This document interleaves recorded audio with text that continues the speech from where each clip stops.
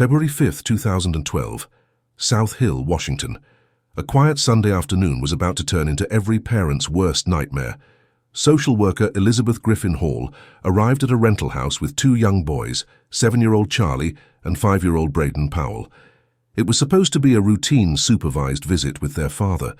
The children ran excitedly toward the front door, happy to see their dad. But what happened next would shock the nation. Joshua Powell opened the door just wide enough to pull his sons inside. Before Elizabeth could follow, he slammed it shut in her face. She heard the lock click, then she smelled it. Gasoline, strong and overwhelming.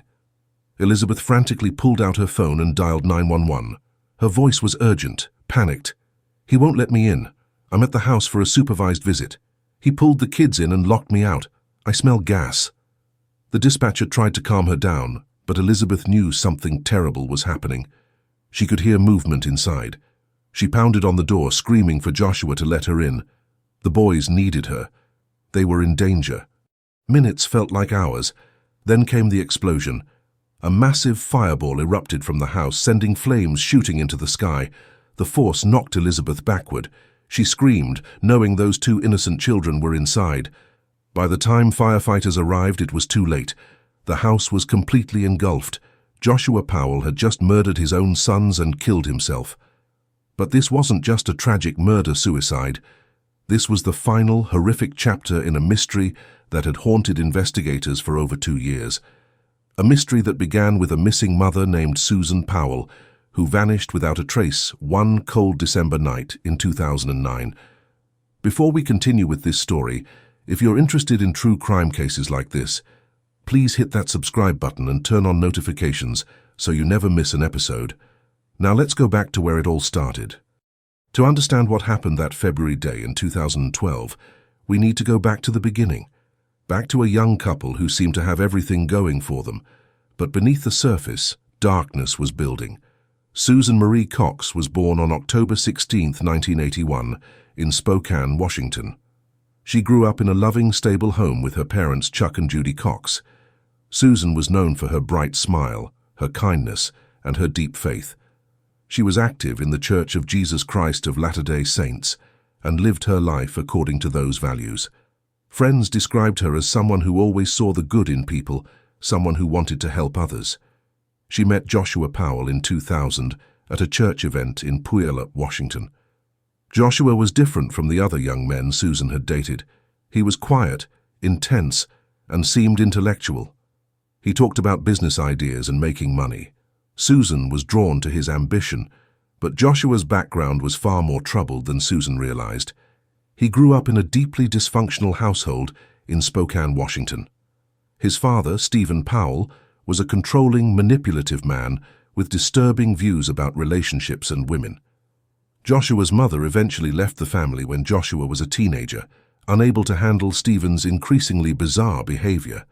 Stephen raised Joshua and his siblings in an environment filled with conspiracy theories, paranoia, and inappropriate conversations about sex. Stephen believed he was smarter than everyone else and taught his children to distrust authority. This upbringing shaped Joshua in ways that would later become clear. Despite the red flags, Susan married Joshua on April 6, 2001. She believed she could build a happy family with him. She wanted children, a stable home, and the kind of loving marriage her parents had. Joshua seemed to want the same things, at least on the surface. The couple moved to West Valley City, Utah, where they started their life together. Susan got a job at Wells Fargo Financial as an investment advisor. She was good at her job, well liked by her co-workers.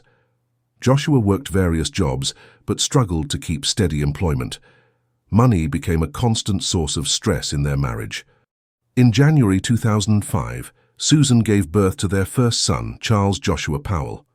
Everyone called him Charlie. 2 years later, in January 2007, their second son, Braden Timothy Powell, was born. Susan was overjoyed. She loved being a mother. She spent hours playing with her boys, reading to them, taking them to the park. Her whole world revolved around those children, but as the years went by, cracks began to show in the marriage. Joshua became more controlling. He monitored Susan's spending obsessively. He criticized her constantly. He showed little interest in helping with the children or household duties. Susan confided in friends that she felt trapped, unhappy, but she stayed for the boys. She believed children needed both parents. What Susan didn't fully realize was how much worse things were getting. Joshua's behavior was becoming stranger, more secretive, and his father, Stephen, had developed an unhealthy fixation on Susan herself. December 6, 2009, started like any other Sunday for the Powell family. Susan went to church with Charlie and Braden. Neighbors saw her that afternoon, doing normal weekend activities. Everything seemed fine. But Susan never showed up for work on Monday morning, December 7th. Her supervisor at Wells Fargo called several times. No answer. Susan had never missed work without calling. It wasn't like her at all. When the daycare called to say Charlie and Braden hadn't been dropped off, people started to worry. Susan's friend finally went to the Powell house to check on her. The house was dark and locked. Susan's car was in the driveway, which was strange. If she had gone somewhere, how did she get there? Where were the kids? The friend called police. When officers arrived and searched the house, they found something immediately wrong. 2 fans were pointed at a wet spot on the living room carpet, as if someone had tried to dry it quickly. The house was cold. All the doors were locked from the inside, but nobody was home. Hours later, around 5 p.m., Joshua showed up with Charlie and Braden. He seemed surprised that anyone was worried. Where had he been? His story was bizarre. Joshua claimed he had taken the boys camping after midnight, in December, in Utah during a snowstorm. He said he left Susan sleeping at home and decided spontaneously to drive his young children out to the Simpson Springs area on the Pony Express Trail in the western Utah desert, in freezing temperatures, in the middle of the night, with work and daycare scheduled for the next morning. Police were immediately suspicious. Nothing about his story made sense. Why would anyone take small children camping in those conditions? Why wouldn't he tell his wife or his boss? Why didn't he have his cell phone? Joshua stuck to his story. He said he thought it was Sunday, not Monday. He said he lost track of time. He claimed the camping trip was completely normal. Police drove out to the area Joshua described. They found nothing. No campsite. No evidence anyone had been there recently. The ground was covered in snow. There were no tire tracks, no fire pit, no sign of Joshua or the boys. When police questioned Joshua more intensely on the evening of December 8th, he suddenly left. He drove to Salt Lake City International Airport and rented a car. Then he disappeared for almost 18 hours. His family couldn't reach him. Police couldn't find him. When Joshua finally surfaced on December 9th, he was driving on Interstate 84 near Tremonton, heading south towards Salt Lake City. He called his mother from a new phone. He later told his sister Jennifer that he had been driving in circles around the city, getting on and off freeways randomly. Police would discover he had put over 800 additional miles on the rental car's odometer. Where had he gone? What had he been doing? He never gave a clear answer. On December 9th, investigators obtained a warrant and searched the Powell house thoroughly. What they found was deeply disturbing. Susan's purse was there, her wallet, her keys, her cell phone, all the things a person would need if they were leaving the house. Susan hadn't packed any clothes. Her toothbrush was still in the bathroom. It was clear she hadn't left voluntarily. Then came the more frightening discoveries. Traces of Susan's blood were found on the floor near where the carpet had been wet. Life insurance policies on Susan totaling $1.5 million were found in Joshua's possession. Most chilling of all, investigators found a handwritten letter from Susan herself, dated several months earlier. In it, Susan expressed fear for her safety. She wrote that if anything happened to her, people should look at Joshua. DNA tests would later confirm that one blood sample matched Susan. Another sample came from an unknown male, someone investigators have never identified.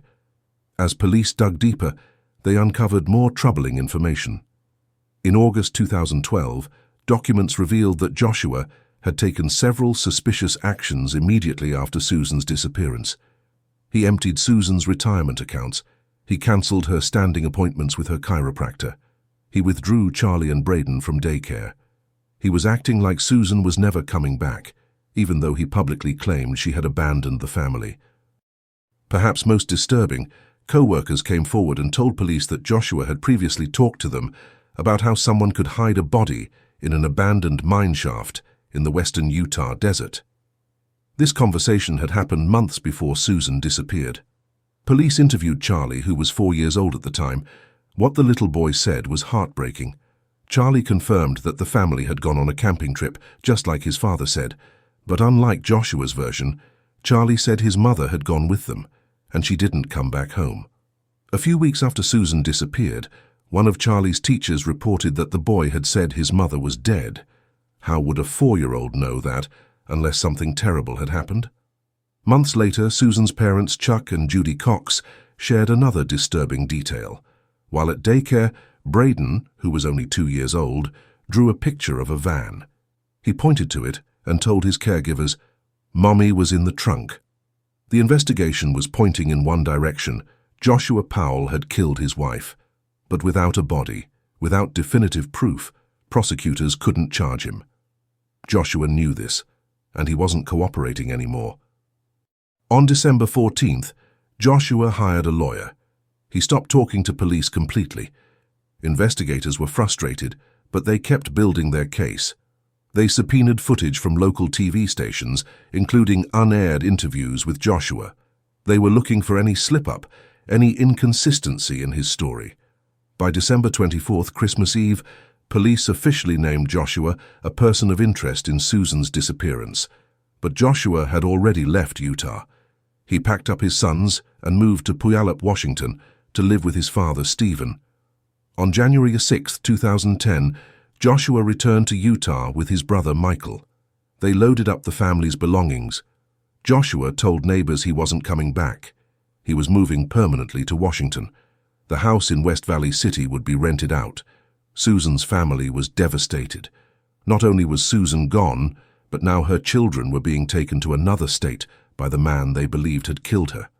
In Puyallup, Joshua moved into his father Stephen's house along with Charlie and Braden. It was a crowded home. Stephen lived there with Joshua's brothers Michael and John and his sister Alina. Then something strange started happening online. A website called susanpowell.org appeared. It claimed to be the official website of Susan Powell. The posts on the site defended Joshua, claiming he was the victim of a smear campaign by Susan's family. The post suggested that Susan had mental health issues and had run away with another man. Some posts even speculated that Susan had disappeared with Stephen Kuchar, another person who had vanished in Nevada the same week, and that they had run off to Brazil together. Nobody knew who was running the website, but investigators and Susan's family strongly suspected it was Joshua and his father, Stephen. The posts were cruel, trying to destroy Susan's reputation while she was missing and possibly dead. In late 2010, both Joshua and Stephen publicly claimed that Susan had abandoned her family because of mental illness. Susan's parents angrily rejected these claims. There was no evidence Susan had any mental health problems. She had a good job, loving friends, and was devoted to her children. The accusations were meant to shift blame away from Joshua, but then investigators learned something that made them look more closely at Stephen Powell himself. A family friend came forward and revealed that Stephen had been obsessed with Susan for years. Police obtained a warrant and searched Stephen's house. What they found was stomach-turning. Stephen had over 4,500 images of Susan on his computer. These weren't normal family photos. They were taken secretly, without Susan's knowledge. Close-up shots of her body, images captured through windows. Stephen had been stalking his own daughter-in-law, documenting her with a camera for years. Susan had never known. Police also started investigating Joshua's brother, Michael. Shortly after Susan disappeared, Michael had sold his broken-down Ford Taurus to a wrecking yard in Pendleton, Oregon. Later, he ordered satellite images of that exact wrecking yard, which struck investigators as odd. When police located the car, they brought in a cadaver dog. The dog indicated that human remains had been in the trunk at some point. Police seized the car and ran DNA tests. The results were inconclusive. They couldn't definitively prove anything, but the suspicion remained. Had Michael helped Joshua dispose of Susan's body? On September 14, 2011, Utah authorities announced they had discovered a possible grave site. The location was Topaz Mountain, a remote desert area near Nephi, Utah. Joshua had visited this area frequently for camping trips over the years. It was isolated, miles from any main road, the kind of place where something could be hidden. Police arrived with excavation equipment and cadaver dogs. The dogs had picked up a scent. The ground showed signs of recent digging and disturbance. This could be it. This could be Susan. Investigators carefully dug down several feet, sifting through every shovelful of dirt. But they found nothing. No remains, no evidence.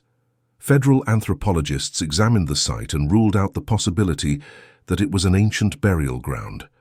The soil disturbance was recent, but whatever had been there was gone, if anything had been there at all. Police couldn't explain why the cadaver dogs had alerted that spot. The announcement that they had found a possible grave turned into an embarrassment when nothing materialized. Susan's family was crushed. They had hoped this would finally bring answers. The relationship between Susan's family and Joshua's family became increasingly hostile. After police raided Stephen's house in 2011 and discovered the secret photos of Susan, Stephen and Joshua both went to the media with a new, disgusting claim. Stephen told reporters that he and Susan had been falling in love before her disappearance. He said Susan had kept journals as a teenager that proved she was mentally unstable. He implied that Susan had wanted to be with him instead of Joshua, and that she might have run away because of her feelings for him. It was a vile accusation, one that made Susan's family furious. Susan's journals had been from when she was a teenager, long before she even met Joshua. Stephen was twisting her private thoughts to fit his narrative. A judge eventually issued a permanent order forbidding Joshua and Stephen from publishing anything from Susan's journals. They were ordered to return or destroy any journals they had already shared. On September 22, 2011, Stephen Powell was arrested. The charges were voyeurism and child pornography. Police had found evidence that Stephen had secretly recorded young girls in his neighborhood and various women in his life, including Susan. The videos were explicit and illegal. Susan's father, Chuck Cox, immediately filed for emergency custody of Charlie and Braden. He argued that the children were not safe living in Stephen's house, with Stephen now facing serious criminal charges. A Washington court agreed and granted Chuck and Judy temporary custody of their grandsons. There were conditions, though. Joshua could get the boys back if he moved out of Stephen's residence and into his own place. Joshua quickly rented a house in South Hill, Washington, but authorities later discovered that Joshua never actually moved in. He made it look like he was living there by bringing in some furniture and supplies, but he continued staying at Stephen's house. He was violating the court order, but he was careful about it. In late September 2011, Joshua's sister, Jennifer Graves, made a public statement. She told reporters that she believed her brother was responsible for Susan's disappearance. It was a brave thing to say, going against her own family. Jennifer had watched Joshua's behavior over the years, and she couldn't stay silent anymore. Joshua's other sister, Alina, had also been suspicious at first, but she eventually withdrew those suspicions and claimed Joshua was being unfairly harassed by investigators and the media. The Powell family was fracturing, divided over what they believed had happened to Susan. In late 2011, Joshua underwent court-ordered psychological evaluations in Washington. The evaluator, a man named James Manley, conducted a series of assessments to determine if Joshua was fit to have custody of his sons. Manley's findings were mixed. On one hand, Joshua had adequate parenting skills. He had steady employment. He had no criminal record and no documented history of domestic violence. On paper, he looked like a capable father. But there were concerning issues. Manley noted that Joshua showed no ability to admit to normal personal flaws. Everyone has weaknesses, but Joshua presented himself as perfect. Manley also observed that Joshua was overbearing with his sons, controlling their every move. Most troubling was Joshua's extreme defensiveness and paranoia. He constantly blamed the police and media for his problems. Manley attributed this partly to the attention Joshua was receiving, but also to underlying personality traits that raised red flags. Initially, Manley recommended supervised visitation several times a week. Charlie and Braden could see their father, but a social worker had to be present at all times. Then, in January 2012, West Valley City Police made a new discovery. On a computer seized from the Powell house back in 2009, they found about 400 images of simulated child pornography, bestiality, and incest. The images weren't technically illegal because they were hand-drawn or computer-generated, not photographs of real children, but they were deeply disturbing. Police received permission from a Utah judge to share this evidence with Washington authorities. At the time, Utah police believed the images belonged to Joshua. They told Washington officials that Joshua had viewed this material on his computer. When Manley learned about these images, he was extremely concerned, especially because Joshua had previously denied possessing anything like this. Manley recommended a more thorough psychosexual evaluation and a polygraph test. The custody situation was getting more complicated. What police didn't know at the time was that the images had been cached on the computer by a previous owner. Susan had bought the computer second-hand, and the material was already on it. But this information wouldn't come out until much later. For now, everyone believed Joshua was responsible. Meanwhile, Joshua's brother Michael created a Google Sites page attacking Susan's parents. He accused Chuck and Judy Cox of abusing and neglecting Charlie and Braden. He claimed West Valley City Police were harassing Joshua and mishandling the investigation. The Cox family's lawyers disputed these claims. Google eventually removed the site for violating its terms of service, but the damage was done. The war between the families was reaching a boiling point. By early February 2012, the custody situation was coming to a head. Charlie and Braden had been living with their grandparents Chuck and Judy for months. Joshua was still allowed supervised visits, but he knew the courts were moving toward permanently removing his sons from his care. On February 4, 2012, the day before his scheduled visit with the boys, Joshua did several things that would later seem significant. He donated Charlie and Braden's toys and books to local charities. He withdrew $7,000 from his bank account. He sent emails to family members and his local church bishop with instructions about his finances and how to shut off his utilities. He named his brother Michael as the main beneficiary on his life insurance policy. At the time, nobody connected these actions, but looking back, Joshua was clearly preparing for something. Sunday, February 5, 2012 arrived. Social worker Elizabeth Griffin Hall picked up 7-year-old Charlie and 5-year-old Braden from Chuck and Judy's house. It was supposed to be a routine visit. Charlie and Braden were excited to see their dad.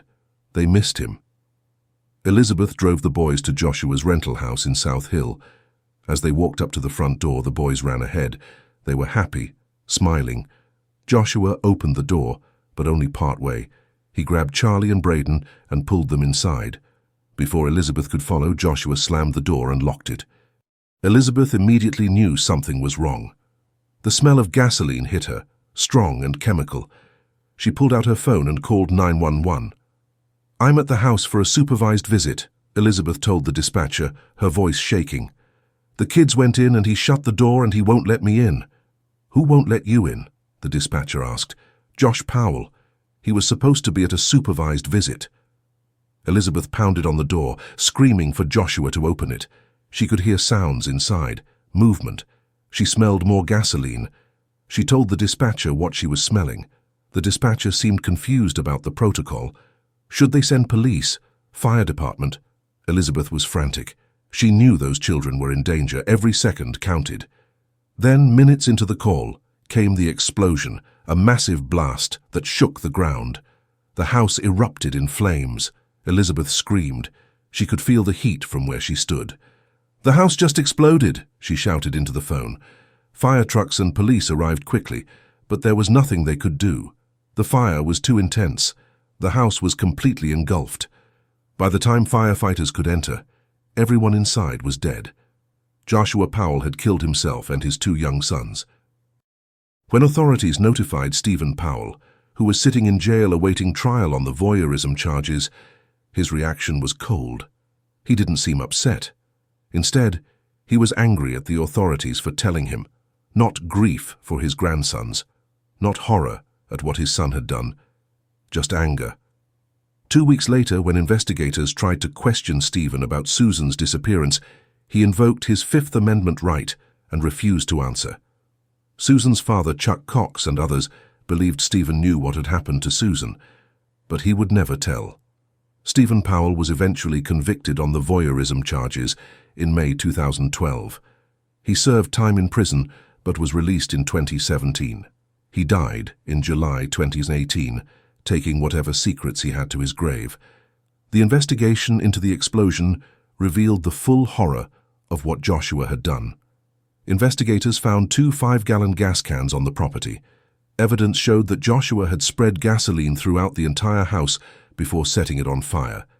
The official cause of death for all 3 was carbon monoxide poisoning from the fire.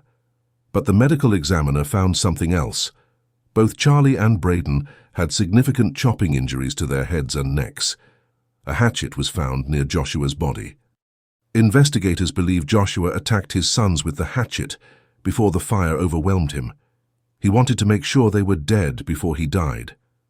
He wasn't taking any chances that they might survive. The emails Joshua sent on the morning of February 5th were his goodbyes. He told friends and family he was sorry. He gave his bishop financial instructions. He was planning his exit, taking his sons with him so they could never testify against him, never tell anyone what they knew about their mother's disappearance. Charlie and Braden were buried at Woodbine Cemetery in Puyallup, Washington. A memorial for their mother Susan stands there too, even though her body has never been found. Joshua's remains were cremated. In May 2013, West Valley City Police officially closed their active investigation into Susan Powell's disappearance. They released a statement saying they believed Joshua had killed Susan and that he was the only suspect. But without a body, without physical evidence that could definitively prove what happened, they couldn't pursue charges, even if Joshua had still been alive. To this day, Susan Powell's body has never been found. Chuck and Judy Cox believe Joshua killed her on the night of December 6, 2009, and disposed of her body somewhere in the vast Utah desert. They think he may have used one of those abandoned mine shafts he had talked about with co-workers. Over the years, there have been searches, tips, and theories. But Susan remains missing. Her family holds out hope that someday someone will find her and bring her home. The Powell family tragedy is one of the most heartbreaking cases in recent American true crime history. A woman who wanted nothing more than to be a good mother and wife, taken from her children. 2 innocent boys who lost their mother, then lost their lives at the hands of their own father. A man so consumed by control and narcissism that he would rather kill his own children than face justice. Susan Powell's case changed how law enforcement and child welfare agencies handle custody situations involving persons of interest in criminal cases. After Charlie and Braden's deaths, there were investigations into why supervised visits were still allowed at Joshua's home. Why wasn't the supervision more strict? Could those boys have been saved? A report by the Washington Department of Social and Health Services concluded that if Utah authorities had shared more information about the investigation into Susan's disappearance, and if Joshua had been properly evaluated for domestic violence potential, the tragedy might have been prevented. Susan's parents, Chuck and Judy Cox, have dedicated their lives to keeping Susan's memory alive. They've worked to improve laws protecting children in custody disputes where domestic violence or criminal investigations are involved. They've never given up hope that Susan will be found. The case remains officially open, though there are no active leads. Anyone with information about Susan Powell's disappearance is encouraged to contact West Valley City Police. What do you think happened to Susan Powell? Do you believe she's somewhere in the Utah desert? Could she have been disposed of somewhere else? Share your thoughts in the comments below. If this case affected you the way it affected so many others, please subscribe to our channel for more in-depth true crime coverage. Hit the notification bell so you never miss an upload. And if you want to support the channel, consider liking this video and sharing it with others who are interested in true crime. Thank you for watching, and remember, these are real people, real families who suffered real tragedies. Let's always approach these stories with respect and empathy. Until next time, stay safe.